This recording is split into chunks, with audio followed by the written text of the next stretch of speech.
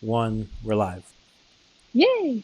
Well, thank you, Lynn. Thank you, Kinsey, for joining me today and on this live stream. Thank you for having me. It's a hail day out there. You were just telling me. Yes, it's actually thunderstorming right now. Nothing better than once you can go outside, it starts to hail. Oh, yeah, of course. Unfortunately, the severe weather in Oklahoma, this is peak time here. Do you get? Are you expecting like tornadoes? I don't know if that's a jinxing type thing for me to bring that up, but like, is this the time of year? This is definitely the time of year for tornadoes. The eastern part of the state, little further east than where I am, is actually under a tornado watch right now. Oh, But at any point in time, especially mid to late April and then sometimes into early June, we expect tornadoes. wow. Well, I wish you the best with that. I hope I'm Thanks. sure you're prepared. Yeah. So We got all the cars packed into the shop, so they're all safe. oh yeah, because if it's hailing, I can only imagine you're either setting Oh, yourself up for. I mean, do you get a bunch of paint protection calls the next day after it hails? sometimes, yes. I have definitely received a bunch of, "Hey, do you guys do dent removal calls?" And those are always really interesting because I just refer them to someone else here in the metro that does them. So that's actually. So do you have any like marketing material like on your website? Do you have any pages to where do you go after like terms for people looking to repair their car or protect their car from hail? Even so, I know paint protection film is not really a hail protection, but it kind of it's like cousins. Yes. So the main thing that I go after in Oklahoma is you buy a car, you don't necessarily love the color, you can wrap it a color that you absolutely love, and that protects it from the Oklahoma sun. So whenever the wrap fades and ages, you just remove the wrap and then your paint's still brand new and shiny. So especially if you lease a car here in Oklahoma because you don't have to worry about the horizontal surfaces aging and getting all dusty and grimy. And here in Oklahoma, you just wrap your car, you're safe. Got it. Well, I mean, that's a great sales pitch. Like, I know my mom just got a new car, and that was the thing. She didn't like the color that it came in. So she actually did get it wrapped. Hmm. And so, yeah, I guess Yeah, that's a kind of a common thing, right? Like, where people just don't love the color absolutely. of the car they buy. Yeah, for sure. So, what I always recommend to people whenever they're buying new cars, especially the Tesla people who order their cars in, I always tell them to buy a black car. Doesn't matter if it's a Y, a 3, an S, or an X. I always tell them to order a black one because you can change the color to be whatever you want it to be. And with black, it's easiest to hide the door jamb transition color. It doesn't look nearly as bad whenever you open the door and it's black instead of red or white, even. White is definitely the worst to try and cover up. That makes sense. So, are most of your wrap customers like brand new cars, like clean off the showroom, or is it like what's the mix of new to like really old? I would say that most of my customers are cars new to them, at least. I do get a lot of newer Teslas that come in. Hey, I just got this Tesla. I want to wrap it this color or I want to do the D chrome. But most of my customers are new cars to them. A lot of them order a red vehicle or buy a red vehicle because that's the one that they could get a killer deal on. And red is super popular here in Oklahoma City because of Oklahoma University of Oklahoma. And not everyone loves having a red car. So they buy a red car because it's a great deal and they want to wrap it white or they want to wrap it black. So not necessarily brand new cars, Makes but sense. definitely new to them vehicles. I get a lot of paper tag ballers. That makes sense. So one of the things I actually saw on your Facebook page that I thought was genius, and I'm curious if you came up with this or whatnot, if you want to expand on this, but you offer a one panel warranty on wraps. Yes, I do. So within the first 2 years of them having their car wrapped, they can come back to me and they can get any panel on their car rewrapped for free. I don't care if it's your front bumper. I don't care if it's your door. Now, if it's a mirror, I'm probably just going to give you that one and I'll let you keep the free panel replacement. But the free panel replacement really comes in big to people who own their cars and they daily drive them. Mhm. And most of my customers do daily drive their vehicles. I just had a Challenger actually. He booped the front bumper just a little bit. Mhm. Unfortunately, it's a custom printed wrap that Glarb designed, and we have to get the whole front bumper reprinted and reinstall it. And I'm not charging him the labor to redo his front bumper because it's still part of the free panel replacement. I don't really know where I came up with that, but I used to just say a free bumper replacement. Mhm. And then I had a couple of people come in with door dings on their doors or their rear quarter panel. I had someone's kid that took a RC car across his trunk and it scratched it really bad beyond repair.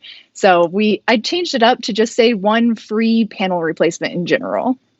I had that exact thing happen to me in my Grand Cherokee. Someone opened their Oh door no. and it just pulled the wrap back, like it looked like they just dug into it, and like, Oh I mean, man. it just happens. It's such a good warranty because if somebody gets their car wrapped right, and I Mhm. mean, it's obvious that it's going to be a way that you can differentiate yourself. You clearly are a great company if that's something you're offering. So just the perception from a customer is going to be positive. And then even beyond that, if I was to get my car wrapped with you and that was to happen, and then I was to come back to you and say, well, I got this scratch, and you're like, yeah, no, I understand, but pretending there wasn't a warranty, and you quote that panel, I may pay for it, I may not, but I may kind of Mhm. leave with a bitter taste in my mouth. Maybe not with you because I understand it's not your fault, but with like wrapping my vehicle in general, I'd be like, Mhm. maybe it's not something I do again. Versus something like that, it completely changes like the even just the experience of somebody getting their car wrapped. Absolutely, because whenever you have your car painted, if you get just a little bump and it didn't leave a dent, usually you can just polish it off really easily. People generally don't charge for that. And I feel like that's something that I should carry over into the wrap world too. Because if God forbid your wife gets out and bumps your door and there goes your brand new wrap that you just got. And it really keeps people happy with their wrap also because of, oh, it's got this flaw, I don't really love it as much, that whole thing just goes away completely. So amazing marketing or amazing program. It's not just marketing, but just amazing policy for you to have in your business in general. If we could rewind a bit and kind of give me an idea of like how did you get into wrapping, into window film, and so on, because it's clearly something you're very deep into. Yes, so I have actually been rapping for 8 years now, and I started here in Oklahoma City. Before I moved off and started my own life, pretty much, I started doing just my friends' gas stores or maybe a hood here and there. I remember there was a day that I wrapped someone's wipers, like the metal part on their wipers. And I kind of discovered wrapping on accident. I didn't realize that you could put these giant stickers on cars. So, whenever I discovered that this was a thing, I had always been into cars. I'd always been into customizing my vehicles. And I figured out, hey, this is fantastic. This is a great idea. It's removable, and you don't have to worry about any damage if there is any damage to the paint prior. You just cover it up and it looks brand new again. And do you do mainly color change? Like you obviously do color change wraps because you just explained that, but you also do printed wraps as well, commercial wraps? Do you do a lot of like fleet work? Is it mostly consumers? I mostly do consumer side. I do fleet wraps, but I do a different kind of fleet wrap. I recently started noticing that there's a need in the market for color change commercial wraps. And I feel like everyone's missing this market that is. I had two oil field trucks come in back to back. They do contracting for Devon Energy, which is an oil field company here in Oklahoma City. And they wanted something that was beautiful and perfect on their personal trucks that they have to drive every day, but they wanted it to have their name on it because it's also something that's a rolling advertisement for their company. Prior to that, I did a transit van, and they took it as far as even wanting the hinges painted on the back doors. So I primarily focus on the color changes and the customization of the auto restyling side of things. Uh, I I offer, of course, a graphic designer. I use Carrie, I use Glarb. They're both fantastic designers. They have two completely different design ways that they work, so two different art styles. Mhm. So I offer custom designs for color changes, but once again, I'm focusing on the color change side of it. So if someone wants the dark side wrap, I'm going to give them the color change quality without sacrificing anything with the print, Got it. And then you if that also makes sense. it does, and you also do window tinting. You do Hmm. coatings. So do you Yes, usually coat the wraps? I absolutely coat the wraps. every wrap that leaves my shop is always coated. And whenever I started doing ceramic coatings, I was really confused. I was really lost. There were so many brands out there. And whenever I discovered IGL, I was like, hey, this is fantastic. But Kenzo changed the mattes and the satins so much. So we created Shield, which is specifically designed for vinyl wraps. It actually goes into the pores of the vinyl and flexes with the film instead of it solidifying over the top of the vinyl. And sometimes vinyl's too hard for some of the wraps, especially the finer edges and the graphics that you put on cars, like cop cars. Imagine it saying police. Sometimes if you ceramic coat that, it will actually be too hard for the film and it will curl it back. And then whenever I started doing window tint, I noticed that there's a huge market needed to replace the Rain-X side of things because of in Oklahoma, especially, I mean, it was raining and now it's completely clear. Mm-hmm. So ceramic coating windshields, all of my cars that leave here also have a ceramic coated windshield. One, it's great for safety. You don't have to worry about it freezing over as easily. You just brush it off. In the rain, you just keep driving and it rolls right off. I mean, I've even had bugs hit my windshield and it rolled the bug guts off of my windshield. So as far as, go ahead. Oh, when you say all the vehicles that leave there are coated with like your windshield, like all meaning like all wrapped vehicles, all like wrapped and tinted vehicles, or like everybody, like every vehicle that enters your shop leaves the ceramic coating on the windshield? Every vehicle that leaves my shop leaves with at least the windshield coated. It's not really something that I even mark up necessarily, but it's just that extra piece. It takes me less than 30 minutes to coat the windshield. I can tint the whole car. And by the time I'm done tinting the car, I level the windshield and I roll it out. They can't roll their windows down for a certain amount of time, and they immediately see the results of the windshield being coated. Wow. So when do you mention it to the customer that you'll be coating their windshield? Is it after it's done or before? Or? During my sales pitch, actually, I say, by the way, with your Autobahn tint job, you get a no-fault warranty. You get one claim, so those seatbelt dings that everyone gets, you get one no-fault warranty, and then you also get your windshield ceramic coated. If they say no, that's totally fine, but I always make it known to them, hey, you're getting a free windshield coating with your tint job. And it takes no time at all. In fact, someone else usually does it for me while I go around and I tint the entire vehicle.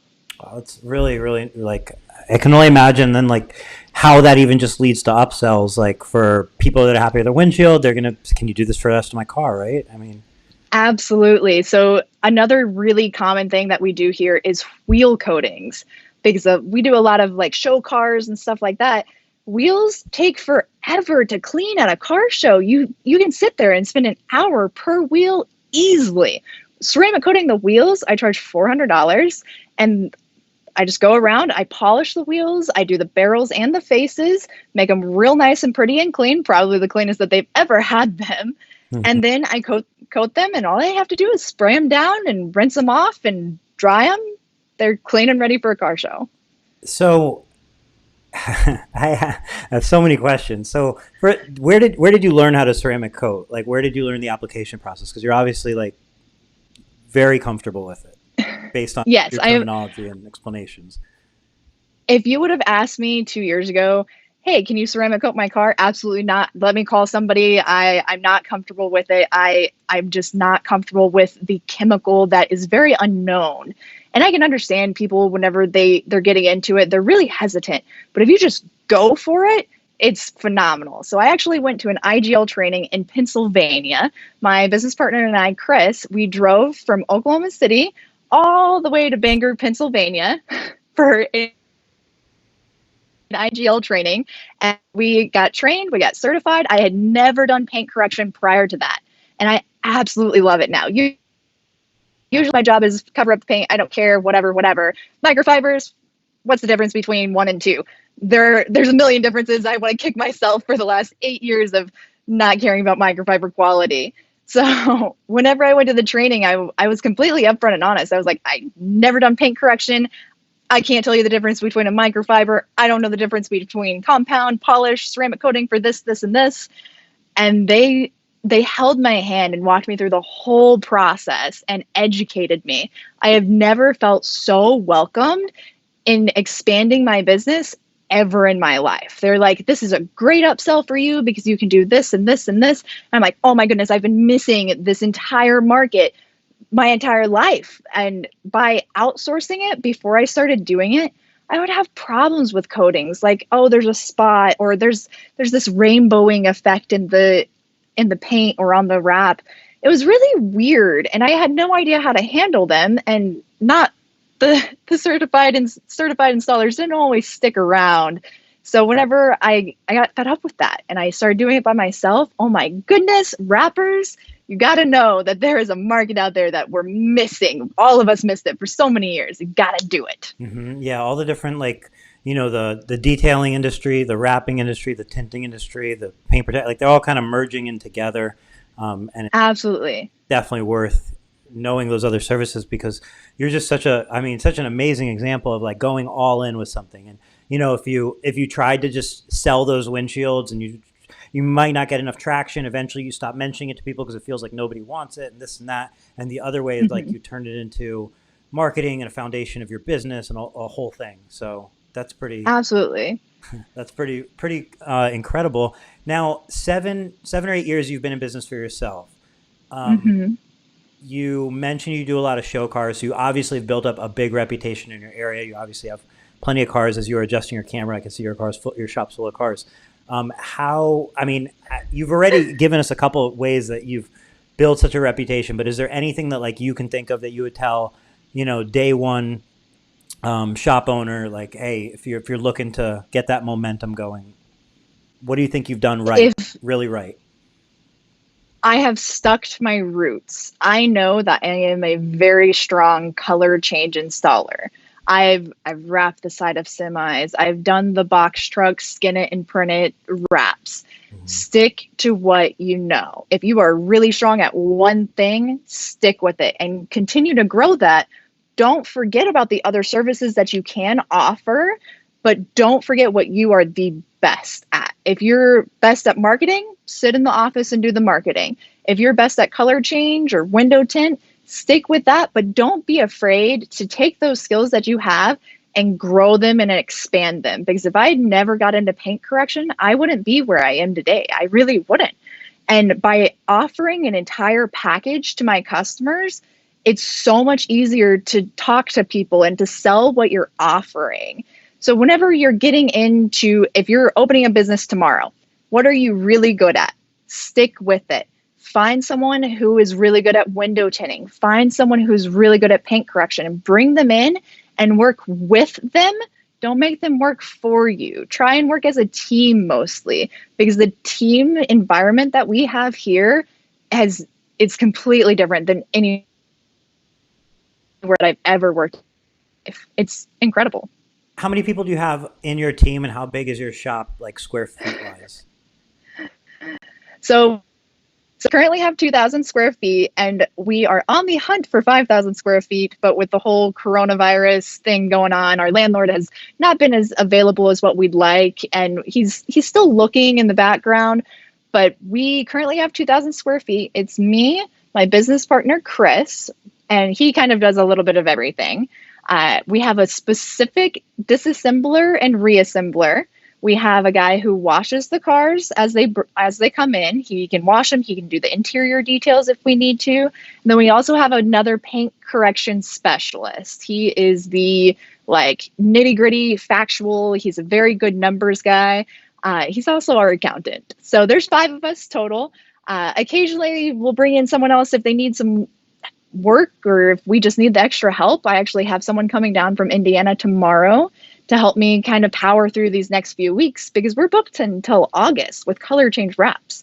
With coronavirus, everything stopped but our color change wraps. Everyone's still wanting to get their car color changed.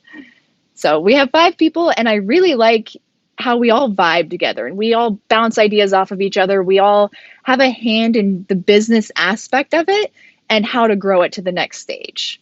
So where did you, like, we don't have to get too specific, I guess, but where did you meet these people? Like, were these people you have ads for? Were they like friends or family or a mixture of both? Or Mostly just friends of mine. Chris and I, we we opened the thing together, and then we found John, and well, first we found Brandon, and Brandon came in and he was all gun ho about it. He's a new dad, so congratulations to him.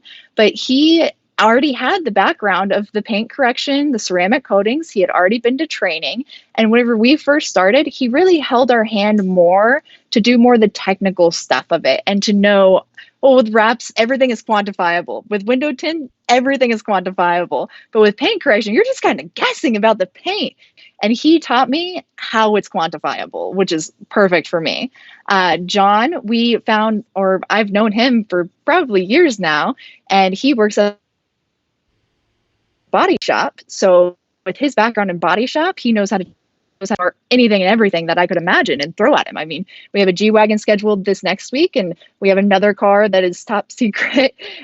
He knows how to take them all apart. And then we have Lane, and Lane had a detailing business before, and then he kind of lost his love and passion for it, but he still has the love and passion for cars.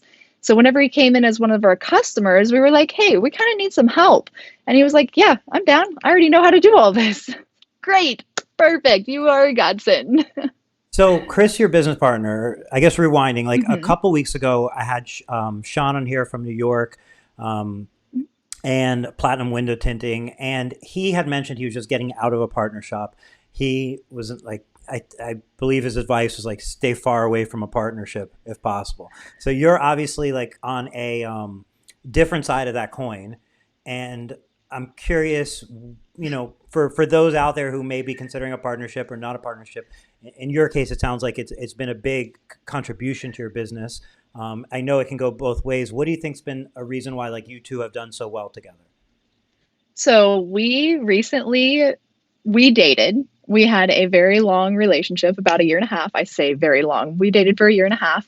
And whenever we decided to open the business together, we thought it was a fantastic idea. Live together, work together, go into business together.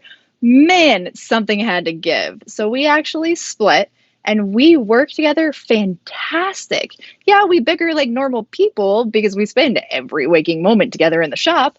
But we also have that drive and that love. We have one common thing that we want to succeed at, and we are both on the same page all the time at reaching that goal.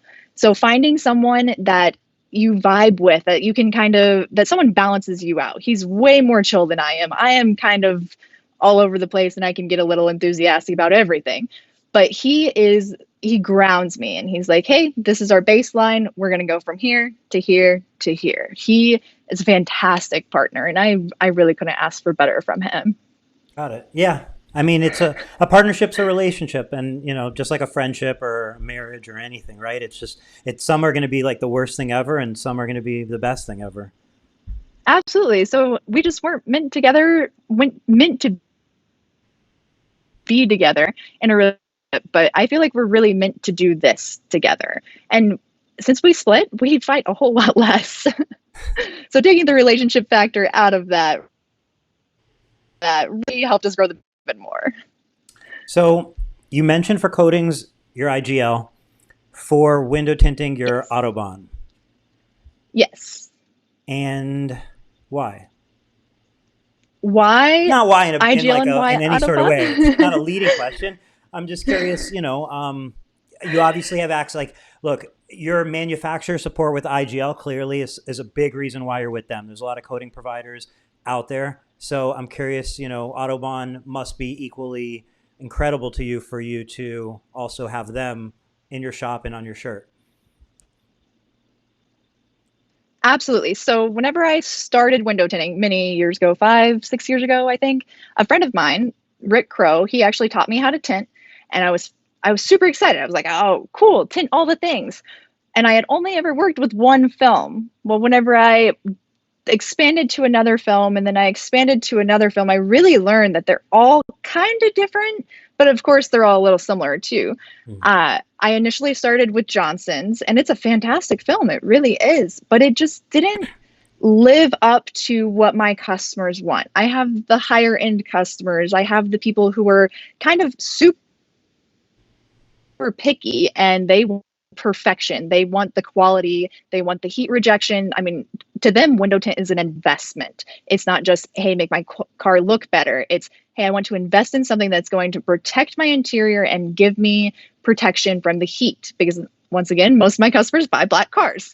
Mhm. So whenever I chose Autobahn, I had talked to Gene quite a bit about it. And the number, once again, I'm really quantifiable. I want to know all the numbers. I want to know every little, like down to the second of everything. So whenever she showed me the numbers of Autobahn and then told me that there's a no fault warranty, I was sold. I was like, that's fantastic, because of kind of like my free panel replacement. Seatbelt nicks happen. People, especially people who are in a hurry, or if you've got kids, they're not really mindful whenever they're taking that seatbelt off and they're flinging it at the window. No fault warranty? Heck yes. And I live in Oklahoma. We've got hail. So your windshield gets knocked out. We have boulders on our road. I swear they crack your windshield like this, and it's this little bitty pebble. But we have a lot of oil field trucks, and they kick up rocks all the time, and always construction. I swear you can't get away from it. So tinting front windshields is huge here to prevent the heat from entering the vehicle, especially people with children. They're really concerned, and higher end cars, they want to protect it. So whenever I learned about the no fault warranty, I was like, I'm sold. These numbers, no fault warranty, I am down. I am 100% down with that. And kind of the same thing with IGL. They weren't afraid of bringing in a rapper, someone who, and I identify as a rapper, first and foremost, every day, all day. I am always going to be a rapper first. And they were okay with that. They were like, cool, that's awesome. Let's teach you some more things. Let's teach you this. Let's teach you this. And whenever I told them, hey, Kenzo makes our wraps, our matte wraps, really sheeny. And they were like, okay, what do you want to do about it? That's whenever I talked to Joel, and Joel talked to Kyung, and it just grew from there. And it was almost instantaneous that they were totally open for creating a product to meet this need in a market. And now my job is to bridge the difference between detailing and wraps. Kind of like I bridged the difference between wrapping and tinting and paint protection film. And now you can merge all of that together with Shield, and IGL just opens their arms and says, hey, come here. We love you. Do you have any other services that you're looking to also like bridge in and add in over the next like year or so? I really want, but I don't have time for that. Let's be honest. I really want to be able to offer PDR. It just hailed. Like, I'm pretty sure I heard hail out there. We need to be able to offer PDR in-house, but PDR is such a long process and something that it really takes a lot to learn and kind of apprentice through. You have to work on it every single day. I don't have time for that. So I want to find someone who wants to learn how to do PDR and send them off into the world and say, go learn, come back and grow with us. Just expand even more. Another thing I really want to start expanding on more is the color change commercial wraps. I want to bring the quality to the commercial wraps, the bright colors, the vibrant colors, while also advertising a company name. Like if I was advertising Autobahn, I would wrap my car probably red, maybe yellow, throw in some orange, and it would just be a really cool design, and it would say Autobahn.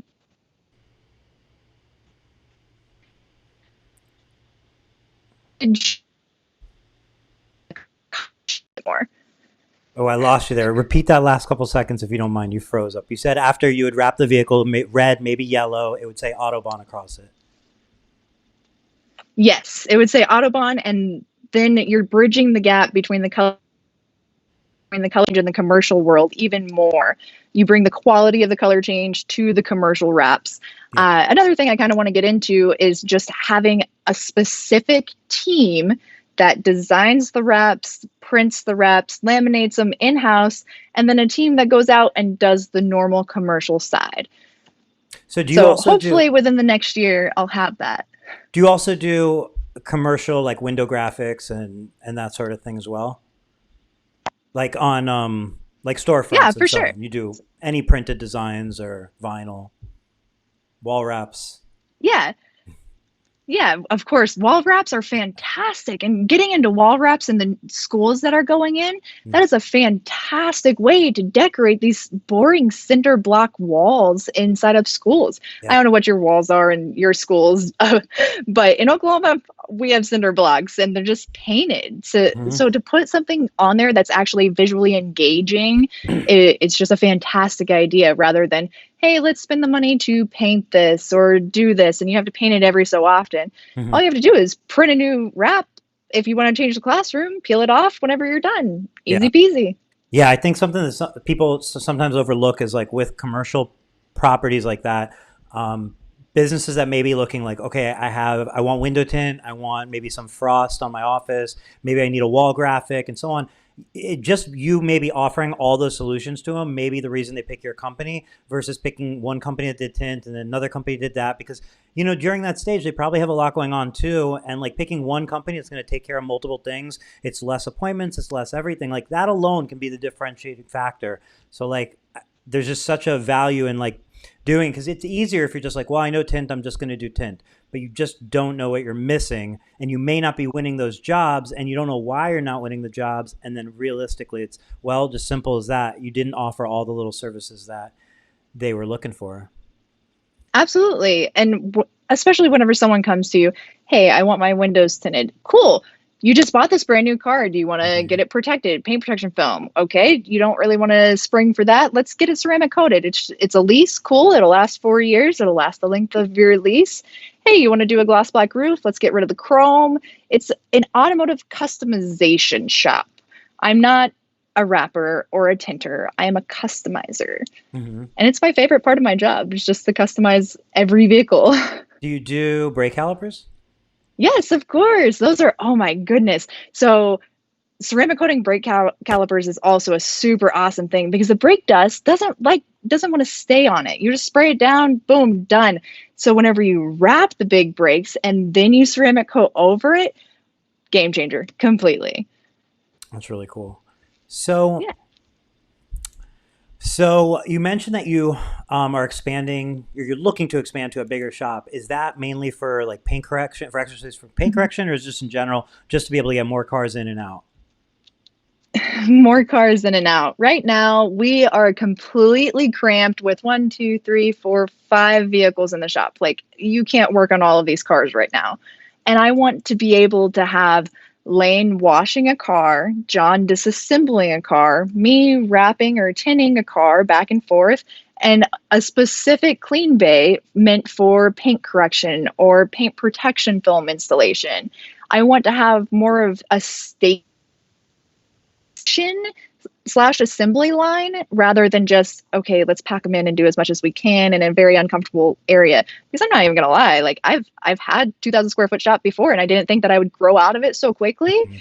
But man, after offering paint correction, I really need like a dedicated bay for every service I do. And having the 5,000 square foot, it would allow me to grow even more. I could hire a second wrapper, I could hire a second tinter, a paint protection film installer, or maybe I could just hire or clone myself and then I could get a break every once in a while. So with I know Carrie actually. You should talk to Carrie about cloning because I think she had posted that she was successful in cloning herself, but it was just still growing up.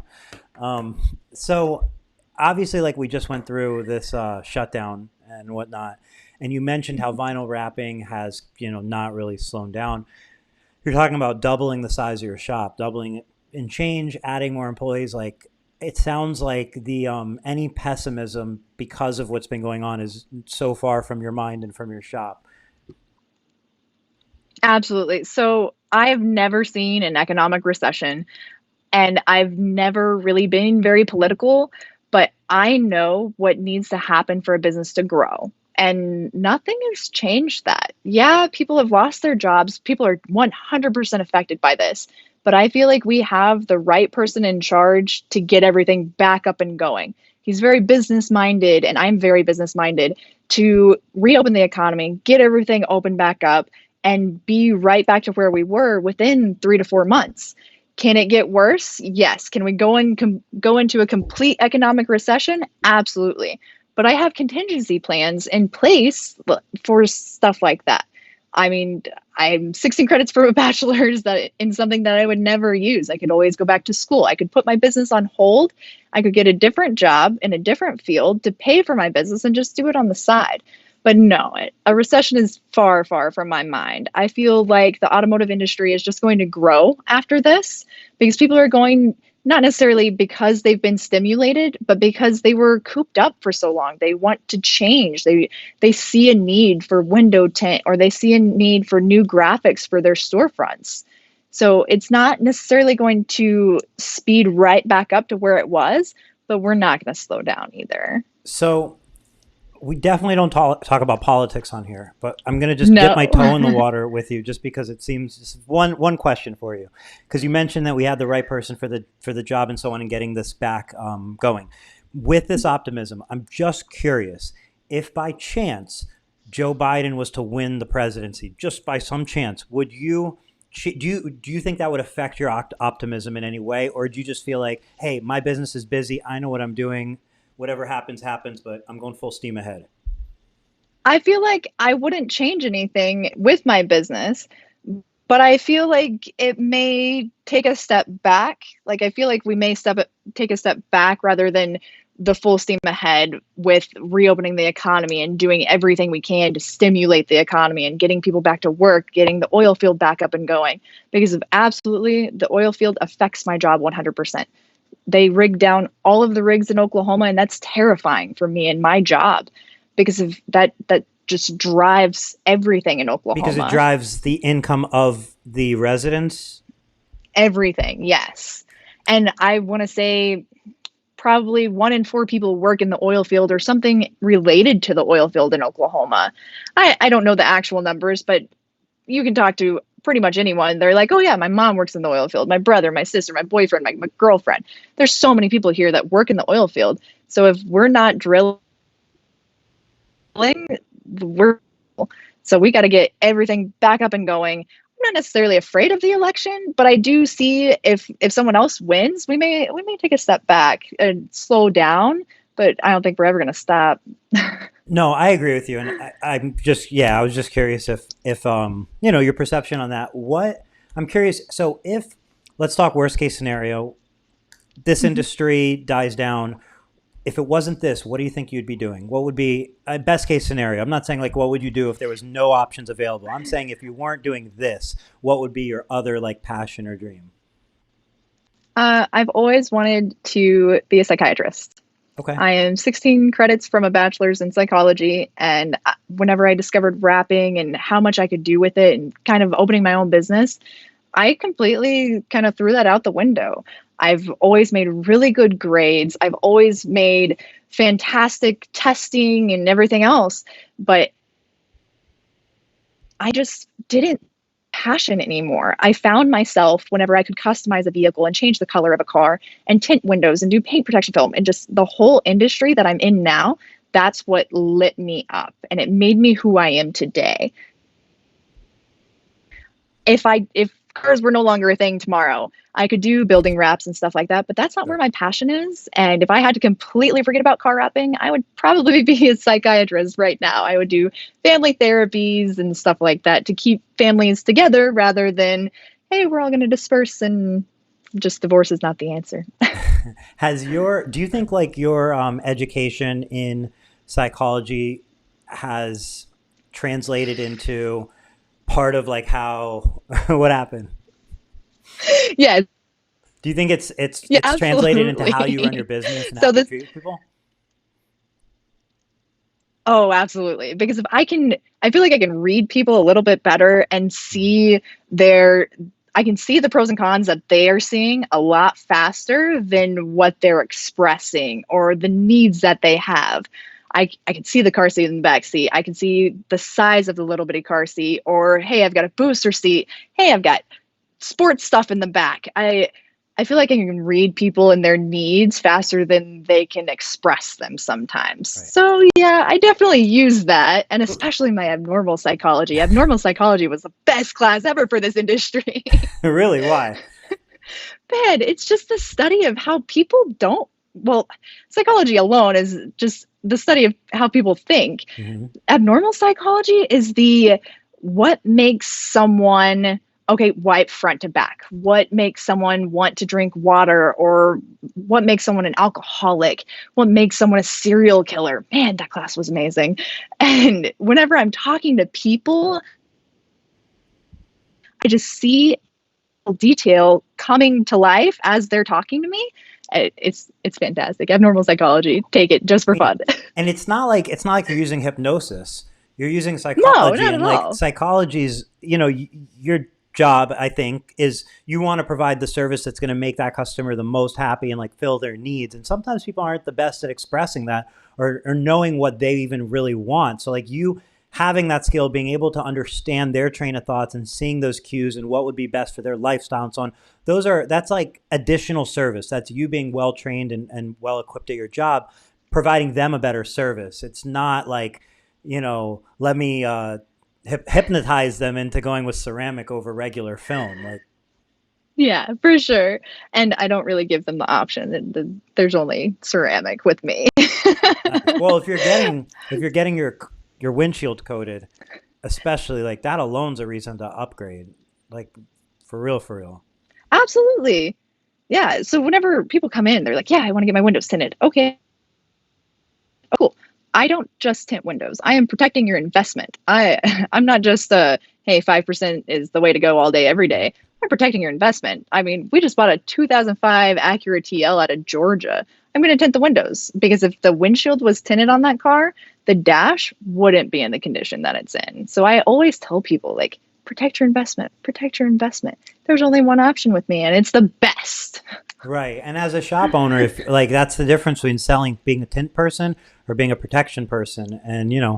protection's an emotional purchase that doesn't necessarily have like a set price to it. Whereas the commodity of just window film obviously does. So Yeah, it's like, absolutely.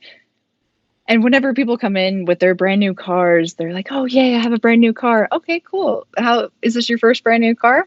Awesome. So you really want to protect this. Like you just spent a whole lot of money. It's kind of like buying a house. mhm, You buy a house and you're like, "Okay, no one scratch the walls. Don't bump anything. right. Don't do anything. Don't spill anything." Brand new car, same thing. Ceramic Yeah. coat it. Do the ceramic window tint. Keep everything from fading. Let's wrap it. Screw a coating. Let's wrap it and then put ceramic coating over the top of that. And yeah, I definitely play into people's emotions sometimes. Yeah, I mean, it's hey, you give people what they want, and that's at the end of the day. Like if somebody Hmm. buys a brand new $50,000 Tesla Model 3, they want it to look like it's been in a museum, but they need to drive it, but they want it to look like it's been in a museum. You got to give them what they want, and that is what it is. It's not like it's not, Yeah. it doesn't matter. So yeah, and I guess having less like chrome bumpers on cars over the years too has like, everything's paint now, and everything's like soft paint and cheap Oh my paint. goodness. I was just talking about this the other day. Why are we selling these? Okay, look at a platinum Ford truck. Uh, They have all of this chrome. But if you look at the base model Ford truck, it also has all of this chrome. So at what point is chrome the luxury look anymore? right. Why don't we just get rid of all of it and give it to only the people who want like either the really low end because paint is more expensive than chrome. So just give the base models the chrome and then give the platinum models the black because that's what everyone's doing anyway. Like Yeah. listen to your consumers, people. Well, I Look mean, at the like Tesla Model Y. the Model Yeah, the Y, Y exactly. comes it's blacked out and that's what almost every Tesla customer wants. Hey, Hmm. black out my chrome. I want satin, I want matte, I want gloss because they just hate how much chrome there is. Yeah. Yeah, I mean, the Tesla Model Y, like you can only imagine we're gonna see that in like Model 3s, and every other Oh yeah. Tesla that comes out in the future is like the blacked out with no chrome, because it's obviously like one of the biggest things that Tesla owners go and do right away. And then I just saw an article, and I just saw an article yesterday about Apple just putting down a patent for like tinted windows, like adjustable tinted Hmm. windows, and like, that's not necessarily something new that exists in certain high end cars, but you figure like there is, like if you're going to be in business for the next 20 years, 10, 15, 30 years or so on, like you have to understand, you're going to have to evolve, and like you may as well be used to adding services and going with the flow than just like Yeah. waiting until you like have no fish in the pond, because eventually like chrome won't be on cars, so chrome deletes will be gone.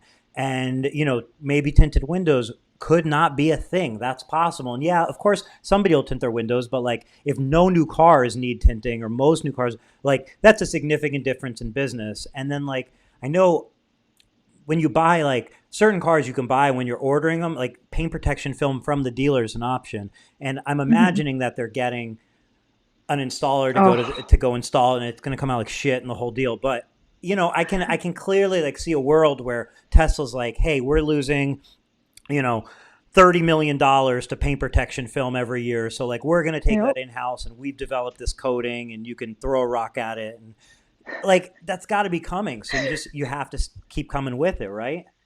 Yeah, absolutely. You have to keep changing. So as the Model Y comes out, oh darn, it's one less car that I get to chrome delete. No, that's one more car I get to protect with paint protection film over the black or ceramic coating over the black. Because I'm not gonna lie, a lot of Tesla people, they buy the Y, then they're looking to upgrade to that Model X. They buy the 3, they're looking to upgrade to the Model S. So there's always something there as long as you keep changing and you keep evolving and you watch the trends in the industry. Ceramic coating has been around for many years now, but now that it's readily available for wrappers, everyone's going to start doing it. You got to keep up to keep your money coming in. Yeah, yeah. Because even like you said, Model Y, like it could have black trim, but then maybe they want like forged carbon on that trim or something else. Like if you're not offering, Absolutely. yeah. So do you do any, or are you Yeah, and going? not everyone, Go ahead. No, go ahead. There's just a delay. sorry, not everyone likes gloss black either. A lot of people want satin black, or hey, I've even done chrome deletes with black, something a little different. So the need is not always gone. No, I imagine eventually, like people be wrapping like Tesla Model Y trim in chrome. Like it'll come full back around, and we'll be chroming it, and then Please no. doesn't it Oh kind my of go all the goodness. way around? It's like it's always a cycle. Don't jinx it, please. I don't want to start chrome deleting No, we're gonna black chroming. delete. Yeah, chroming, I'm gonna, instead of dechrome, I'm gonna rechrome. rechrome. That's it. So, do you do, or are you planning to do any ceramic coating for residential and commercial? Oh my goodness, yes, I already do that. So Okay. my very first one was my brother's brand new house in Virginia. This is brand new quartz countertops, which are white, brand new showers, brand new sinks, everything brand new in this house. And they were like, man, white quartz countertops may not have been the best idea, but they look phenomenal. They look great. They look clean. Put them pretty much against any color of knit and backsplash you want. What is the But coating protecting hindsight, against on that that quartz? coffee that on the quartz, so Yeah. it fills the pores of the quartz and it prevents the coffee stains from getting into the little bitty pores in the quartz, and it sits on top of the coating instead of just going straight into the countertop and you getting the red wine and the coffee So stains. I didn't know quartz was porous. I mean, I didn't think that Yes. coffee would stain it. So like, I can only imagine that if you're in someone's home and you're tinting the windows, you can see quartz countertops, and you tell them, or you say, "Let me go wash my hands." Then you look for stains, and you're like, "Hey, I see something over here." Kind of go Yep, from there, right? exactly. Yep. So I also did window tinting in his house because of, for the second time in a row, they bought windows that face where the sun goes down. They live on the East Coast. Hmm. And they also had a lot of windows that were strategically placed where your neighbors could see right in, like in the master closet, in the master bathroom. You frosted And them. instead of putting blinds, we put frost up. So instead of having to clean the blinds and keep them from getting dusty, we just put frost up to let some of the natural light in, but not the neighbor's eyes. Yeah, yeah, for sure. That's like one of those like that's why it's valuable to go to somebody's house. See, they want one window tinted, that's fine. But once you're there, look for what else you can sell them on tint, because most people, who doesn't have dusty blinds in a window in a bathroom? It's like, you know, Absolutely. I And would think blinds, toilets would be a big market because nobody, I don't think anybody in this world likes cleaning toilets. And like if you ceramic coat a toilet, it's definitely going to stay cleaner, isn't it? it is, but I will only ceramic coat brand new Brand toilets. new toilets. But I mean, but it's one of those things like for the right amount of money, you'd be ceramic coating old toilets, I bet. It's just like a Yeah, number thing, $1,000 a toilet. but there's a number for Toilet. it. You just work backwards from there. But yeah, Absolutely. Maybe I just changed that number. but brand new is not a bad way to go because there's definitely people like getting brand new. Like that Yep. totally makes sense. But Once again, you purchase this big brand new purchase and you want to keep it protected, and there's always a need, there's always an opportunity, because let's be honest, blinds aren't that cool anymore. The new thing is like the clean open window. right. Well, you put tint up, then your neighbors can't see you. So Yep. Yep. And on that note, if you want to stick yeah. to only brand new stuff in general, I'm just saying like you could definitely approach home builders and work out a package to Yep. where like that's their upgrade because they're doing the selling for you. That allows the Hmm. buyer to finance the whole thing. So it like takes that out of your hands. And frankly, if you're buying a home, you're spending like $350,000 and you have an option to do like a ceramic coating for $4,000. You're not going to be like, let me shop around on that and see if I can get it for $3,800. Like you're a done deal because again, you're Yeah. financing. You're not even really paying for it. Yeah, exactly. You never really see where that money goes. And another good avenue to talk to is the remodelers, because of almost everyone's pulling those laminate, Hmm. crappy old countertops out and they're putting the fresh white quartz countertops. So work with remodeling people, go straight to the countertop stores even and be like, hey, I've got this for you. Go put it in this house. Let me know how you like it. Because it costs very little to actually just give out a sample or say, hey, do you have some drop half of it and give you the other half, or let me just coat half of it, leave the other half. Let me know how you like this. Use it as a coaster for a week for your coffee, your wine, everything that gets into the little pores of the countertops. That makes total sense. So Yeah. where do you see you going from here? Obviously bigger shop, more coatings and so on. But like what's the ultimate dream here? Where does this end? Because you're obviously like a go-getter, like you're like you know what I mean? Like where do you see yourself Yeah. in like 10 years? Like what's the long term vision? My 10-year goal is to have a couple of locations that have several entities inside of them, but you're working together as a team under the same name, but you all bring something to the table. So a multi tens of thousands of square foot that people come to you because they trust the name. And then all of these people you work with on the daily, they have their own niche, their own clientele that they bring in. And I just want to see a one-stop shop. And that's my 10-year goal, is to create the one-stop shop. Okay, you bought a brand new car, let's put some LED lights in it. Let's make it efficient. Let's do some coilovers. Let's do the vinyl wrap. Let's ceramic coat the vinyl wrap. Let's do your window tinting. Let's do some paint protection film over the vinyl wrap and then ceramic coat it. I want to see the one-stop shop for automotive customization.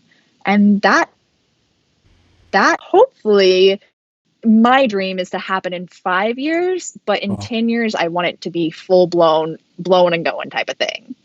that's huge. That's like an auto mall, right? Like an auto spa Yeah, mall. Like absolutely. And also cloning. Like Carrie and I really need to link up on this, but I don't want to create the clone. Like she's totally amazing at that, but not me. No, no, no. I just want to copy and paste. yeah, yeah. I mean the cloning thing, like in all seriousness, it's why like if you have friends and you're capable of maintaining that like friends like business type thing, if they're like really a good fit, like it is friends, family, like where better to start to grow your business than people that are in this like well, like their morals, their interests are aligned with you and so on. Because a lot of times like you have a great friend who's working at one job, you have your business, somebody else works in another. Like everybody wants the best, but like they don't necessarily have the opportunity.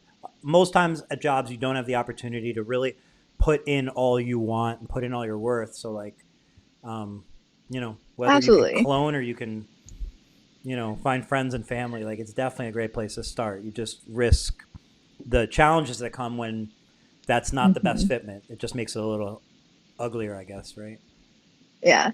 And my goal is to create like a safe haven for all of these people who offer these services to have something of their own, have a part of something that's going to be way bigger than them someday, and say, hey, we're at ground zero, Mm-hmm. but we're going up 50 stories from here.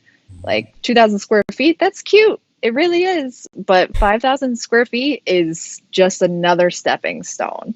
Yeah, it almost has like an incubator effect to it. I mean, obviously the marketing would be crazy because you'd have people coming in for all Mhm. different services and then cross pollinating. But even just like the incubator effect of like being able to bring in people who are just getting started and kind of, they end up growing with you. And, you know, I love it. I think that's Yeah. like an awesome goal.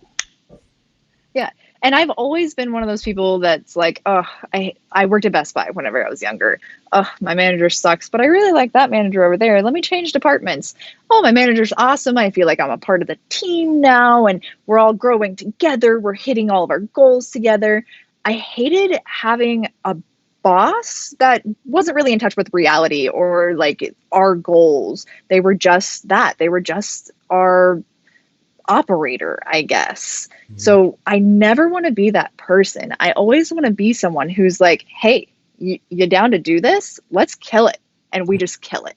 Kill it with me. Don't kill it for me. Or, I, Empowering them to do their job.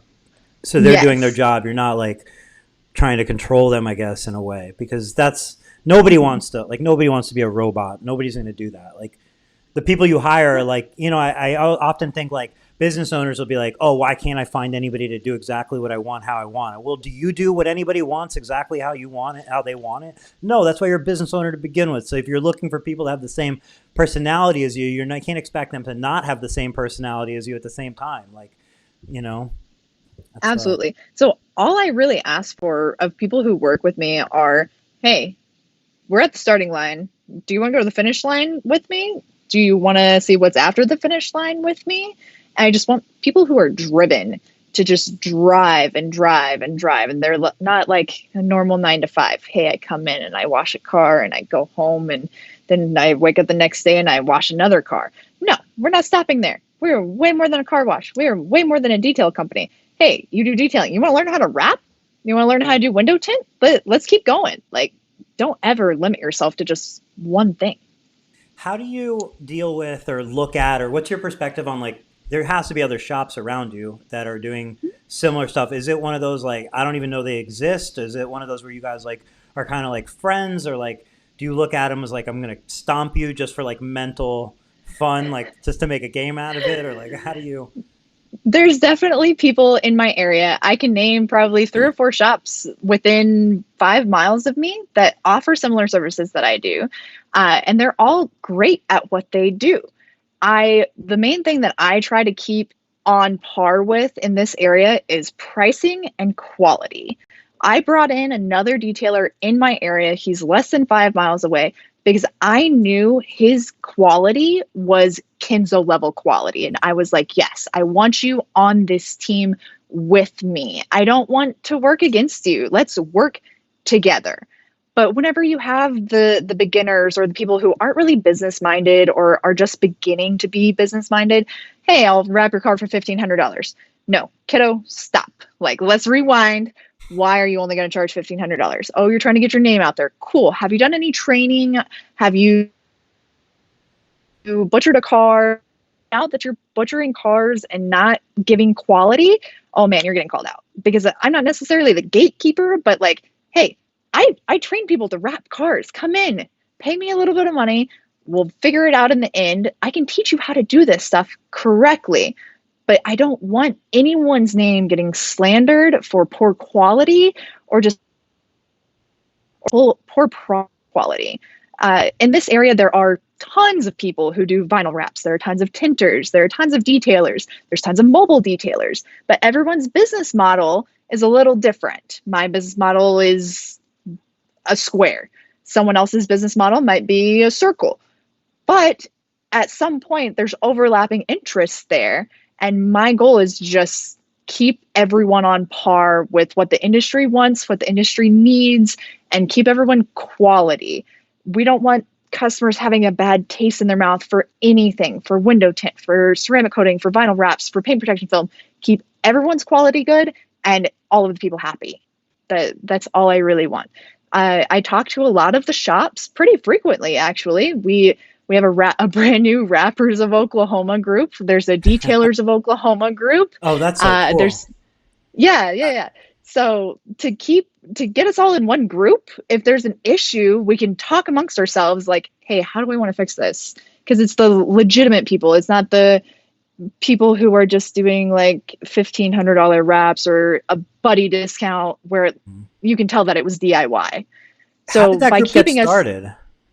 How did that get started? Yeah, the group, like Detailers or rapper, like new Rappers of Oklahoma or whatnot. Like, how did that's like I an awesome started the idea. Wrappers of Oklahoma group because of the Detailers of Oklahoma group. I was like, hey,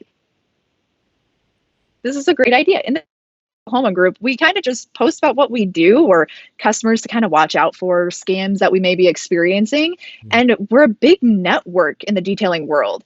In the wrap world, we've been pretty divided and pretty spread out. So hopefully by opening this group, we all work together, we stay on the same quality.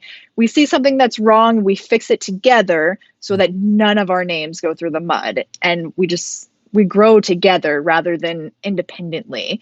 The Detailers of Oklahoma group, I posted up in there one day. I was like, hey, who wants to come detail the inside of my car so it doesn't smell like a homeless man lives in it? And someone piped up and was like, yes, absolutely. I'll be there tomorrow. What time type of thing. And that's whenever Corona was getting out and kind of getting pretty bad. And I was like, who wants work? Who wants to work? Come work. Like, come on, work with me, not for me, not against me. Let's work together. Because there's room at the table for everyone at the end of the day. But at that table, you want them to be family. You want them to be comfortable with you. You want to be comfortable with them. You want to be able to pass work off if you have to. And by creating these groups, it kind of holds everyone accountable. That's so huge. I had never heard of that before, and I love the idea. And I think it's just like another. It's more proof that like more can be done as a group than it can be like pitting everybody against each other, which typically leads to just prices going down. And the other thing, just the second you mention that group, I'm like, wow, you must have no trouble hiring. Like if you ever need staff, you know exactly where to get it. And like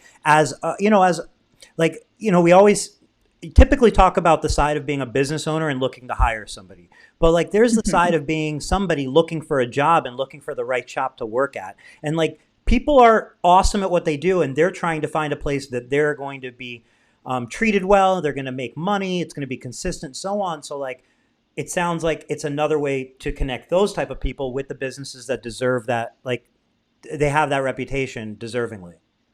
Yeah, absolutely. And by creating this group, of course, I just created it like, I don't know, 3 or 4 days ago. So it's still growing. And hopefully by creating this, it keeps us accountable. Like, hey, I hired this person and they're going to come in. We're going to teach them how to do everything our way. And if, say, that person moves across the state to Muskogee, Oklahoma, and Blake calls me out of Muskogee and says, hey, have you worked with this guy? Is he any good? Or did he just run out of Oklahoma City because of what else?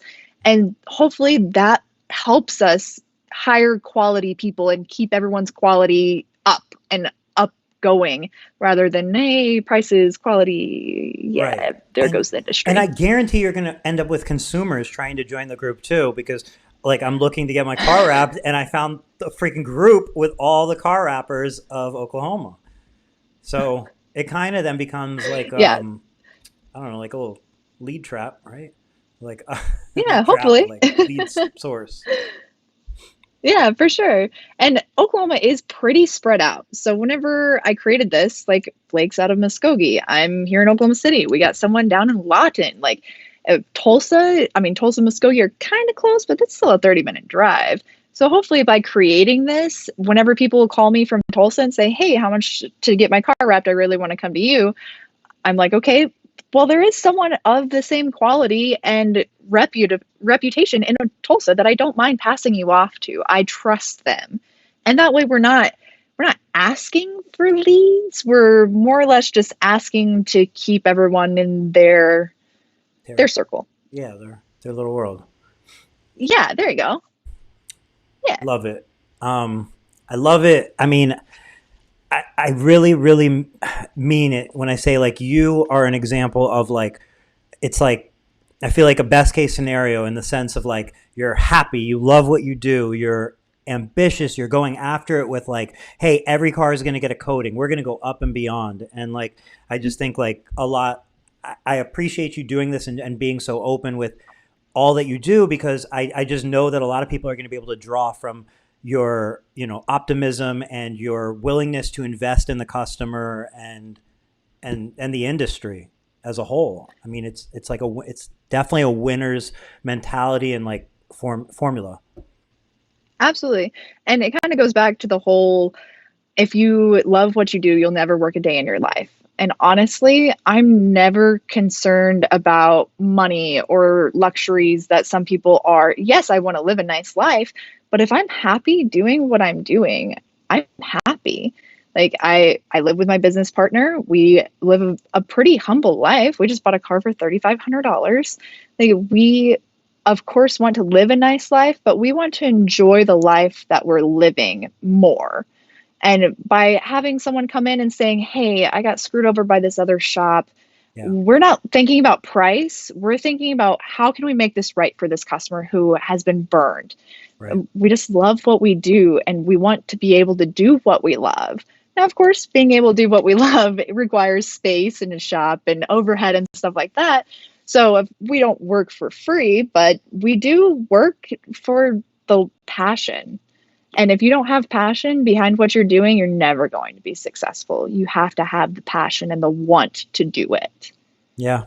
And, you know, you said it earlier in here, but like, you don't want a single customer to have a bad experience on any of your services. And, you know, that's going to just keep your experience better, because if your customers don't have a bad experience, then like, you're not going to have a bad experience. But every time somebody has a customer that has a bad experience, I can guarantee it's probably a bad experience for the business owner as well. So like, you're deciding Absolutely. what kind of business you want to run, what type of customers you want to have, what type of emails and phone calls you want to get. And yeah, well, Yeah.